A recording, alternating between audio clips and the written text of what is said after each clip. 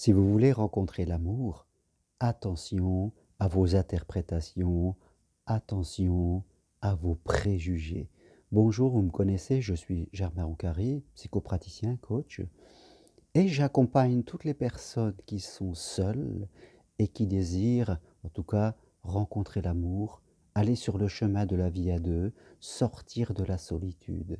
Oui, j'accompagne toutes les personnes qui veulent se donner les moyens de vivre une superbe histoire et mon accompagnement est possible de chez vous, à distance, en suivant mon programme En route vers l'amour qui vous apportera les clés essentielles pour, en tout cas, sortir de l'autosabotage. Parce que mon constat est là, toutes les personnes s'autosabotent et s'empêchent, sans même s'en rendre compte, de construire une véritable histoire avec une personne. Et deux des choses qui composent cet auto-sabotage sont souvent les préjugés et les interprétations que nous avons sur les autres.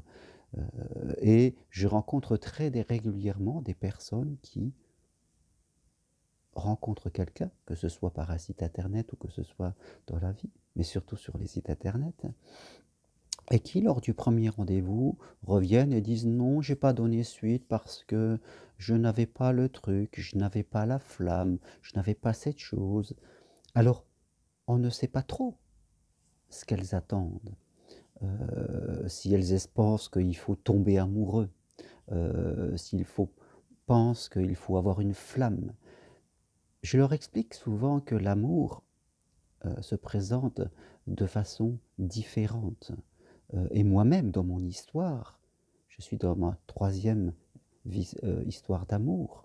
J'ai eu un divorce, un deuil, et je vis avec Edwige depuis 15 ans. Et au début, quand j'ai vu ces personnes, je peux dire que j'étais pas emballé, c'était non. Mais l'amour a ce pouvoir, l'amour c'est de la magie. Et la magie, c'est que au début, les choses, on ne les accepte pas, elles ne correspondent pas à ce que l'on veut, on n'aime pas certaines choses, et après, on tombe complètement amoureux. Et, mais ça vient dans un second plan, vous voyez. L'amour, souvent, et la plupart du temps, quand on a dépassé 40-50 ans, agit plutôt en méthode diesel, si je peux dire, plutôt que dans un 100 mètres accéléré, comme s'il fallait monter comme cela. Ça vient doucement. Et au début, parfois c'est non. Mais quand on va un petit peu plus loin, quand on est ouvert, quand on laisse la porte, la possibilité à l'amour de venir à nous, alors là, la magie peut arriver. Il n'y a pas si longtemps, une personne m'a dit que ouais, il m'a embrassé, non, il n'embrasse pas bien. Je dis, embrasser, c'est quelque chose où l'on peut évoluer, c'est la même chose dans la sexualité. Quelquefois, on a été longtemps seul, donc on est un petit peu maladroit, on est un petit peu crispé. C'est au début, mais très vite, on peut progresser. Et cette personne, je l'ai invitée vraiment. Il a fallu que je la pousse un peu parce que tout allait bien, mais le baiser, ça n'allait pas. Et au bout de 2-3 rendez-vous, tout a changé, quelque part. Bien sûr, toutes ces réactions sont émotionnelles, sont plus fortes que nous.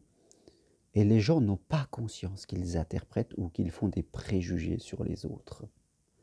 Il n'y a pas si longtemps, une personne avait un rendez-vous avec quelqu'un qui était une semaine après, mais elle donnait peu d'informations parce que pour elle, parler d'elle, c'était se dévoiler. Non, dire, quand on a un rendez-vous, il faut mettre de la chaleur et je lui ai proposé de discuter avec cette personne, non pas de dévoiler toute son intimité, mais en tout cas de parler, d'échanger, parce que si on a un rendez-vous, quelques jours après, Heu, là, c'est quand même un rendez-vous sentimental et on est là pour se connaître. Pourquoi se donner de soi avec parcimonie? Ça ne veut pas dire qu'on va tout étaler sur la table, mais entre tout étaler sur la table et ne rien donner, il peut y avoir un juste milieu. Vous voyez? C'est souvent ce qui bloque la rencontre, ce qui bloque l'amour et qui détruit des histoires d'amour complètement possibles. C'est notre précipitation, nos interprétations, je dirais, dans les premiers moments de l'histoire. C'est-à-dire entre le premier rendez-vous et le troisième et le quatrième, les gens ont des préjugés, des interprétations qui sont fausses. Parce que dans leur tête, ils attendent. Ils attendent que les choses se passent, ils attendent d'être emportés. Leur mental peureux leur fait interpréter des choses, ils n'en ont même pas conscience. Et moi, je suis là comme un garde-fou. Parce que si des personnes voilà, casseraient une histoire, et si ils dépassent, c'est souvent après qu'elles arrivent à vivre quelque chose. Rappelez-vous, la perle, une perle, est souvent dans un coquillage. Au début, on voit le coquillage, et si on s'arrête là, on ne va pas plus loin. Mais si on prend le temps de chercher, là, on peut retrouver la beauté, la perle qui va s'offrir à nous, quelque part. Donc, faites attention vraiment vos préjugés, vos interprétations.